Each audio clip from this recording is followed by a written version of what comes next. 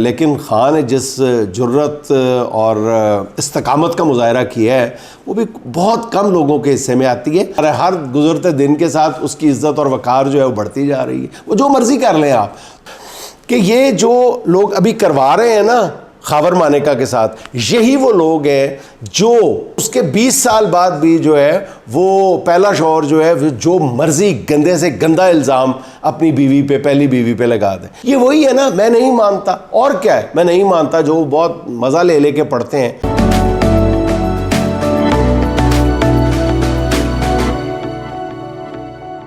بسم اللہ الرحمن الرحیم۔ السلام علیکم خواتین و حضرات، میں ہوں آپ کا اپنا جنید سلیم اور آپ دیکھ رہے ہیں انصاف ڈیجیٹل۔ سر، آج جو عدت کیس میں عدالت کے اندر کہا گیا، میرے خیال میں وہ کسی مہذب معاشرے کے لیے فخر کا باعث نہیں ہو سکتا۔ اچھا، ظاہر ہے کہ جو کچھ عدالت کے اندر ہوا اس کا 80% حصہ تو وہی ہے جو مانیکا صاحب نے، بشریٰ بی بی کے سابق شوہر جو ہیں، انہوں نے ارشاد جو کچھ فرمایا، جو مغلظات بکی ہیں۔ میں نے اس سے پہلے بھی اپنے ویلاگ میں عرض کیا تھا کہ یہ جو پورا کیس ہے نا، عدت کیس، یہ نا پورے ہمارے معاشرتی نظام کے منہ پہ ایسا تمانچہ ہے اور ایسا داغ ہے جو شاید کئی دہائیاں لگیں ہمیں اس کو دھونے میں اور اس تمانچے کی درد سہلانے میں۔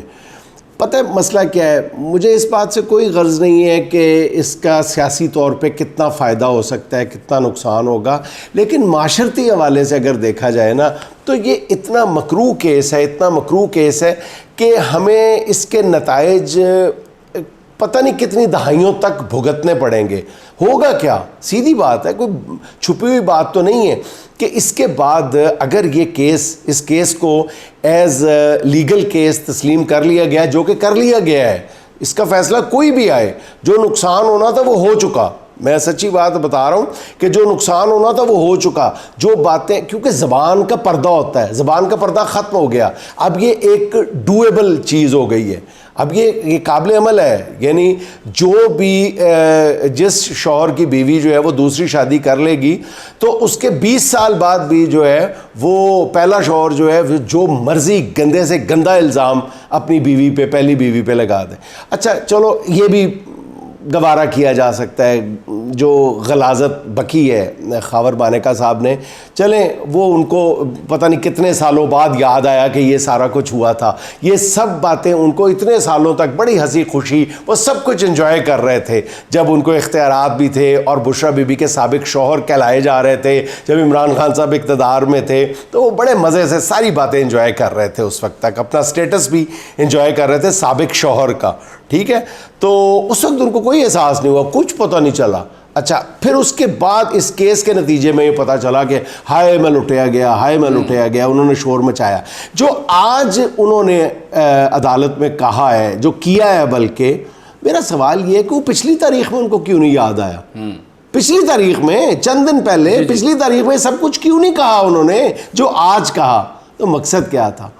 مقصد تھا کہ کسی کا حکم تھا، کسی کا اشارہ تھا کہ تم نے عدالت میں جا کے آج سب کچھ یہ کہنا ہے، یہ کرنا ہے، کیونکہ ہمیں جو ہے اس کیس کو اور پرولونگ کرنا ہے۔ اور جتنی دیر یہ کیس چلتا رہے گا، گندگی عمران خان یا بشریٰ بی بی پہ نہیں اچھلے گی، گندگی ان لوگوں پہ اچھلے گی، حکومت کے ان کارپردازوں پہ اچھلے گی جو لوگ اس کیس کا کسی نہ کسی طرح سے حصہ ہیں۔ دیکھیں، بات یہ ہے کہ مرد کی مردانگی کا امتحان ہی تب ہوتا ہے خاور مانیکا صاحب کہ جب وہ عورت پر اس طرح سے چیخنا چلانا، ٹھیک ہے؟ یہ اکثر آپ نے دیکھا ہوگا کہ انسان جو ہے وہ اس شوہر کی، سابق شوہر کی بہت تعریف کرتے ہیں، بلکہ زوجین کی بہت تعریف کرتے ہیں کہ فلاں کے درمیان علیحدگی ہو گئی ہے، لیکن دونوں نے بہت گریسفلی اس کو قبول کیا ہے، دونوں نے اپنی زبان بندی کر لی ہے، یا دونوں ایک دوسرے کے احسان مند ہیں کہ ہم شاید ایک دوسرے کے لیے نہیں بنے تھے، ٹھیک ہے؟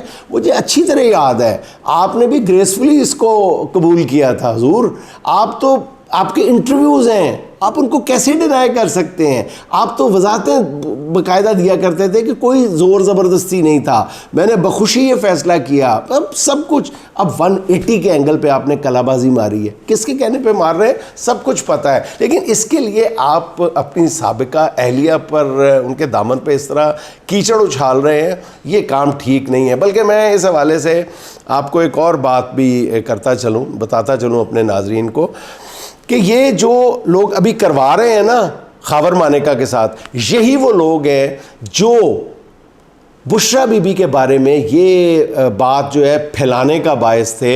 پھیلانے کے لیے باقاعدہ انہوں نے پوری تحریک چلائی تھی کہ بشریٰ بی بی ایک جادوگرنی ہے، وہ یہ ٹونے ٹوٹ کے اس طرح کرتی ہے. اور وہ وقت تھا کہ میں بھی غالباً ان باتوں میں سے کسی حد تک کچھ باتوں کو قبول کرنے لگ گیا تھا. پھر میری بڑی تفصیلی خان صاحب سے اس حوالے سے 2-3 مرتبہ میں ایوائڈ کرتا تھا، لیکن 2-3 مرتبہ مجھے بامر مجبوری اس حوالے سے گفتگو کرنا پڑی، کیونکہ وہ سیاست اور وہ ایک طرح سے کھچڑی سی پک گئی ہوئی تھی.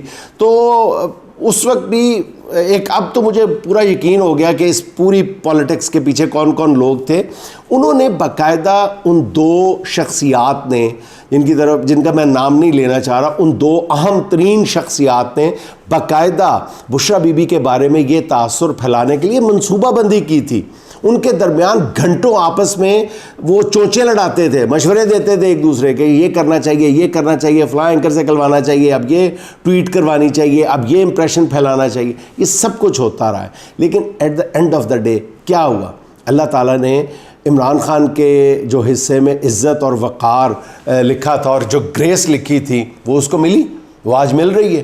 پاکستان میں 26 کروڑ لوگوں میں سے کسی کے پاس وہ عزت نہیں ہے جو خان کے پاس ہے. اور اتنی عزت آج بشریٰ بی بی بھی سمیٹ رہی ہیں، اتنی ہی اپنے لوگوں کی محبت آج بشریٰ بی بی بھی سمیٹ رہی ہیں. کہاں گئیں آپ کی سازشیں؟ ابھی بھی وقت ہے. ابھی بھی اپنے اس سوشل فیبرک کو اگر بچا سکتے ہیں تو جو کچھ آپ نے کیا ہے اس کو انڈو کرنے کی کوشش کریں. میں یہی عرض کرنا چاہتا ہوں. لیکن جو کمرہ عدالت کے باہر یا احاطہ عدالت میں جو کچھ ہوا وہ بھی ظاہر ہے افسوسناک تھا، کسی بھی مہذب معاشرے کے لیے وہ ٹھیک نہیں ہے. لیکن بات یہ ہے کہ جہاں تک آپ چلے گئے ہیں، جو کچھ آپ نے کہہ دیا ہے، جو کچھ آپ اندر رویہ اپنا رہے تھے، وکلاء کے ساتھ آپ گالم گلوچ کر رہے تھے، تو پھر اگر اس طرف سے ہوا ہے اس کو جسٹیفائی تو نہیں کیا جا سکتا، نہ میں کروں گا.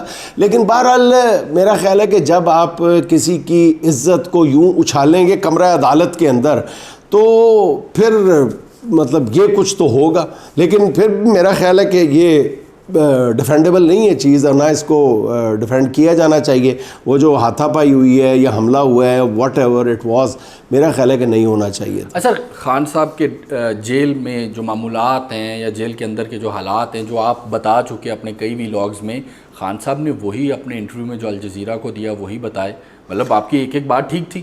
اچھا نہیں، اصل میں دیکھیں بات یہ ہے کہ جو باتیں ٹھیک تھیں وہ میں کوئی اس پہ نہیں کہتا، کیونکہ وہ مجھے بار بار اس لیے اس کی وضاحت کرنی پڑتی تھی کہ خان صاحب ایک کال کوٹھڑی میں بند ہیں. کیونکہ یہ بات پھیلائی جا رہی تھی کہ خان صاحب بڑے آرام سے جیل میں رہ رہے ہیں.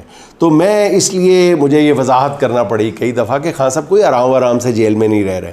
یہ تو خان صاحب کا ایمان ہے یا پتہ نہیں کروڑوں لوگوں کی دعائیں ہیں خان کے ساتھ کہ وہ خان کو حوصلہ ملا ہوا ہے. خان صاحب بالکل یہ ٹھیک کہتے ہیں کہ ایک ان کی جو فزیکل فٹنس ہے اس نے خان صاحب کو مینٹلی سٹرونگ رکھا ہوا ہے، اور جو وہ مینٹلی سٹرونگ ہے اس کی وجہ سے خان صاحب کی فزیکل فٹنس بھی ٹھیک ہے. لیکن بہرحال ان کو توڑنے کی، ان کو پاش کرنے کے لیے جو حربے آزمائے جا رہے ہیں وہ بھی بڑے مہلک ہیں میرا خیال ہے. اور لیکن خان نے جس جرت اور استقامت کا مظاہرہ کیا ہے وہ بھی بہت کم لوگوں کے حصے میں آتی ہے. میں جو بار بار خان کی کال کوٹھڑی کا ذکر کرتا ہوں اس کی وجہ بھی یہی تھی کہ یہ تاثر پھیلانا مقصود تھا، جس کی آج خان صاحب نے الجزیرہ کو انٹرویو دیتے ہوئے کہا ہے کہ جناب میں ایک کال کوٹھڑی میں ڈیتھ سیل میں باندھ دوں. اس لیے میں اس کا سائز بھی وضاحت کے ساتھ بتاتا ہوں کہ 10x10 ہے. اس میں سے 4x4 کی جو جگہ ہے وہ خان صاحب کو بیت الخلاء کے لیے دی گئی ہے. اس پہ بھی غالباً کیمرہ لگا ہوا ہے. باہر ایک تھڑی سی بنتی ہے، جتنی بھی بنتی ہے اس کو ٹیکنیکلی اور وہ جیومیٹریکلی مجھے نہیں پتہ، 6x6 کی کہتے ہیں، 6 فٹ باقی جگہ بچتی ہے. اس پہ ایک تھڑی سی بنائی گئی ہے 4 انچ اونچی, جس پہ خان صاحب کی چارپائی ہے, بس یہ ہے خان صاحب جس میں بند رہتے ہیں. ہاں کچھ اوقات کے لیے وہ باہر آتے ہیں اور دن میں, باقی اسی کے اندر ہی خان صاحب کا سب کچھ اوڑھنا بچھوڑنا. وہ چھوٹی سی کال کوٹھڑی ہے جس میں خان صاحب اس وقت جو ہے وہ بہرحال عزم اور استقامت کی تصویر بنے ہوئے ہیں, اور یہی چیز ان کے مخالفین کو اور پریشان کر رہی ہے. آج جو الجزیرہ کو انٹرویو دے اس میں یہ بات عام نہیں ہے کہ خان صاحب نے یہ بتایا کہ میں ایک ڈیتھ سیل میں بند ہوں, بلکہ یہ بات اہم ہے جس کی وجہ سے اس وقت جو ہے وہ خان کے جتنے سیاسی مخالفین ہیں ان کی آج رات کی نیند تو اڑ جائے گی, کیونکہ جو وہ چاہتے تھے خان نے وہ نہیں کیا. اب آپ سمجھ رہے ہیں نا, جو نام وہ سننا چاہتے تھے خان کی زبان سے وہ خان نے نہیں لیا, لیکن خان نے یہ بھی بتا دیا کہ میں مر تو جاؤں گا, کمپرومائز نہیں کروں گا. ٹھیک ہے, اور انہوں نے کہا کہ موت میرے لیے کیا زبردست بندہ ہے. دیکھیں نا, مطلب اللہ نے یہ اس کے حصے میں یہ عزت لکھی ہوئی تھی جس کو وہ سمیٹ رہا ہے. یہ پتہ نہیں کس کی دعائیں ہیں جو خان کو لگی ہوئی ہیں, تو وہ بڑی آسانی سے سمیٹتا جا رہا ہے. ہر گزرتے دن کے ساتھ اس کی عزت اور وقار جو ہے وہ بڑھتی جا رہی ہے. وہ جو مرضی کر لیں آپ. تو یہ جو اس میں خان نے بار بار کہا ہے نا کہ میں موت سے نہیں ڈرتا, یہ اس کے سارے مخالفین کو بات پریشان کر رہی ہے. اور یہ کہ خان نے کسی ایک بندے کا, اس بندے کا نام نہیں لیا جس کو یہ سننا چاہ رہے تھے ان سے سیاسی مخالفین جو ہے. تو خان نے آج اپنے سیاسی مخالفین کی بھی نیندیں حرام کر دی اس حوالے سے. سر آج احمد فرحاد پوئٹ جو ہیں ان کی پیشی کے موقع پر بڑے گرما گرم بیانات سننے کو ملے. یہ ایکسپیکٹڈ تھا. یہ اس پورے کیس کا جو یہ گرما گرمی ہے یا جذبات کا اظہار ہے, یہ اس کیس کا لازمی حصہ ہے. میرا خیال ہے کہ اب وقت آ گیا ہے کہ ہماری حکومت کو بھی, ہمارے لوگوں کو بھی, سب کو ایک بات ٹھنڈے دل سے بیٹھ کے سوچنی چاہیے کہ یہ جو سوشل میڈیا کا انفلکس آیا ہے, اس کے بعد اب یہ جو اظہار رائے ہے اور اختلاف رائے جو ہے, اس کو برداشت کرنے کا اور اس کا جواب دینے کا ہمیں کوئی نیا میکانزم تلاش کرنا پڑے گا. یہ جبر کا ماحول جو ہے نا, اب ہمیں کچھ سبق سیکھ لینا چاہیے کہ جبر کا ماحول بہت مدت تک برقرار نہیں رکھا جا سکتا. دیکھیں, ایک شاعر کو آپ نے احمد فرحاد کو گرفتار کیا ہے. مجھے ایگزیکٹلی نہیں پتا کہ ہمارے حکومت کو کون سی ان کی بات بری لگی ہے, ادروائز میں نے تو احمد فرحاد صاحب کو جہاں تک پڑھا ہے وہ سارا کچھ ہی وہی ہے. یہ حبیب جالب بھی, فیض بھی, نعیم صدیقی صاحب بھی, یہ سارے وہ شاعر ہیں جو لوگوں سے ذرا مختلف بات کرتے تھے. تو اس میں اس قدر مطلب کون سی ایسی بات ہے جو آپ پر اتنی گراں گزری ہے, کسی پہ بھی کیوں گراں گزری ہے؟ اس لیے میں یہ کہتا ہوں کہ اب ہمیں اپنی سوچ کو ذرا ریفریز کرنے کی ضرورت ہے, ریوزٹ کرنے کی ضرورت ہے, اپنی پالیسی کو بھی, اپنی سوچ کو بھی. اگر آپ نے اختلاف رائے کو نہیں بھی برداشت کرنا نا, اگر کانسٹیٹیوشن کے مطابق نہیں بھی چلنا, ان کانسٹیٹیوشنل بھی چلنا ہے, تو ان کانسٹیٹیوشنل بھی کوئی جو ہے نا آپ کو تبدیلی کرنی پڑے گی, آپ کو اپنی پالیسی تبدیل کرنی پڑے گی, اور اس کے بنا گزارا نہیں ہے, اس کے بغیر گزارا نہیں ہے. میں بالکل ایک اپنی سوچی سمجھی اوپینین اپنی حکومت کے ساتھ شیئر کر رہا ہوں. دیکھیں, میں احمد فرحاد کو پڑھ کے دیکھ لیں, آپ یقین کریں کہ یہی جو شاعری یہ لہک لہک کے ہمارے وزیر اعظم شہباز شریف صاحب پڑھتے ہیں, یہ وہی ہے نا. میں نہیں مانتا, اور کیا ہے, میں نہیں مانتا, جو بہت مزہ لے لے کے پڑھتے ہیں. تو فرحاد نے کیا کہا ہے, جو فراز نے کہا, فراز نے کیا کہا, جو فیض نے کہا, ساروں نے کہا. ہاں, اب گلی گلی میں شاعر کہتا ہے. اب جنوبی پنجاب کے شاعر اٹھا کے دیکھ لیں, سارے ایک سے ایک بڑھ کے جو ہے وہ تلخ لہجے میں بات کرنے والا ہے. تو بجائے یہ کہ ان کی تلخیوں کو ایڈریس کیا جائے, ان کو اس انداز میں غائب کر دینا. یہ جو غائب کرنے کا دکھ ہے نا, اس کو سمجھنے کے لیے ایک بار غائب ہونا ضروری ہے. آپ کے کسی عزیز و اقارب میں سے کسی کا غائب ہونا یا آپ کا خود غائب ہونا, ایک بار پھر انسان کو پتہ چلتا ہے کہ غائب ہونے کا دکھ ہوتا کیا ہے. میں نے فرحاد کو بہت, اس کے سچی بات ہے کہ پہلے نہیں پڑھا تھا, لیکن میں نے بہت فرحاد کو پڑھنے کی کوشش کی کہ کون سی ایسی بات ہے جو اس کی شاعری میں اتنی زیادہ چبھ رہی ہے.